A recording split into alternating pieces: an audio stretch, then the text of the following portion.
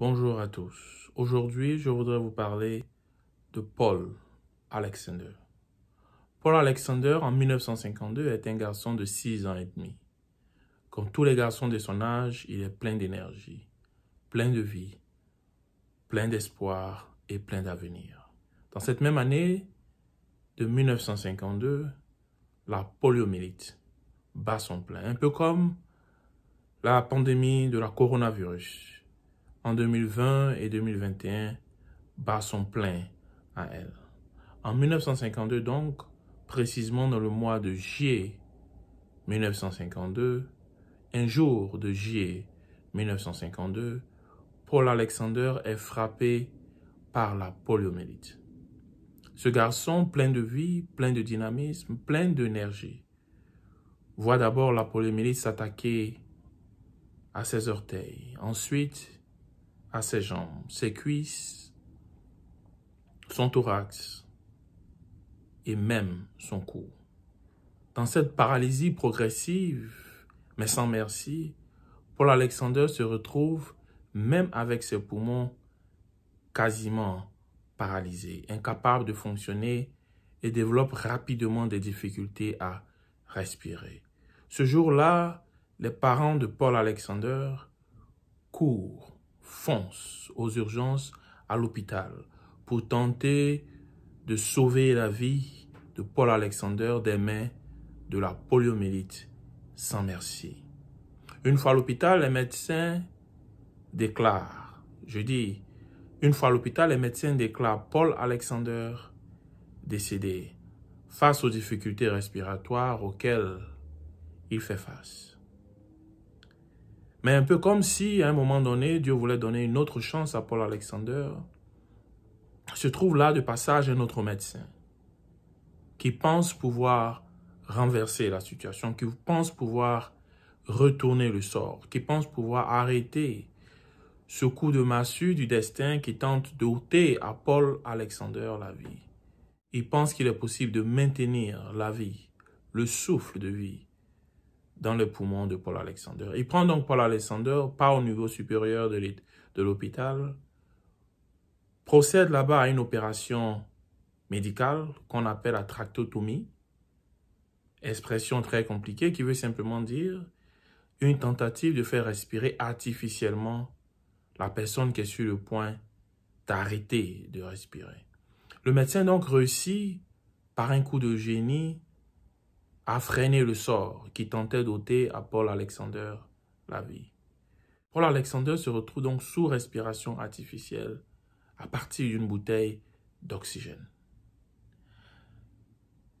À partir de là s'engage une longue bataille, mais une seule bataille, celle de pouvoir maintenir la vie dans les poumons de Paul Alexander, celle de pouvoir faire accrocher Paul Alexander à la vie.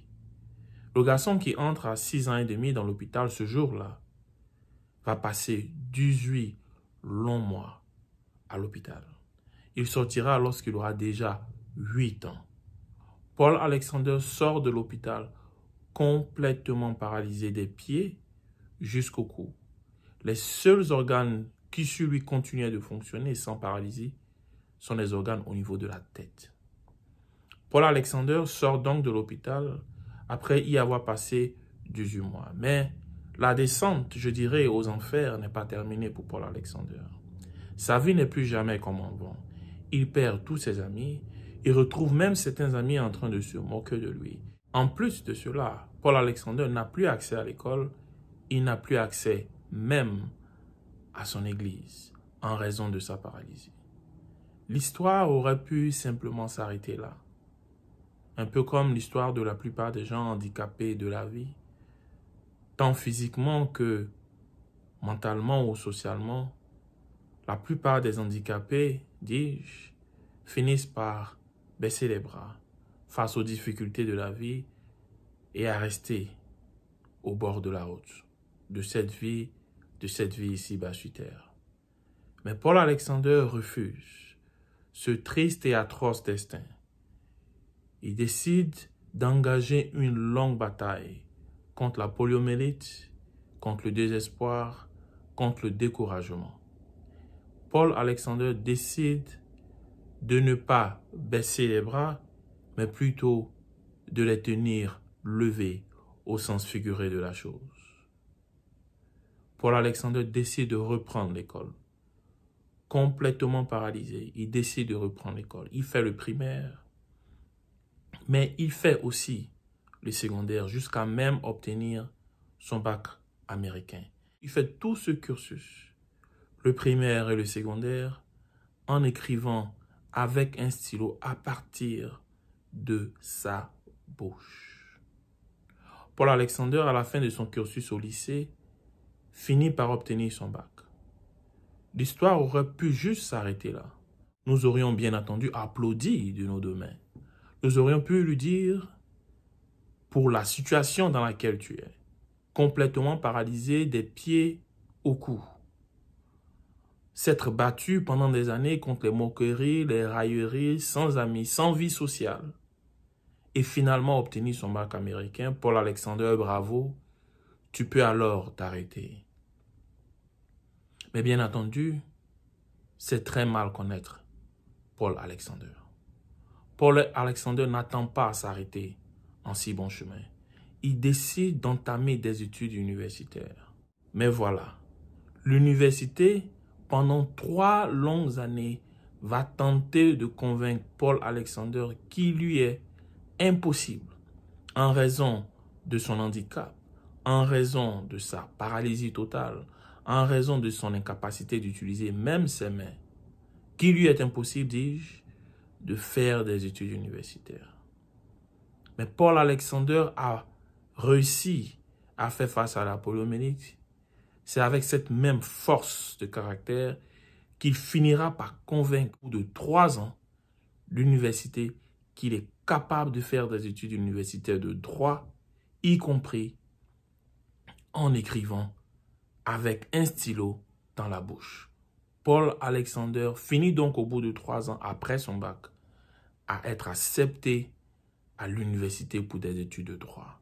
Il réussit ce parcours et termine non seulement avec son diplôme de droit, mais passe avec brio le barreau et devient avocat de son État aux États-Unis.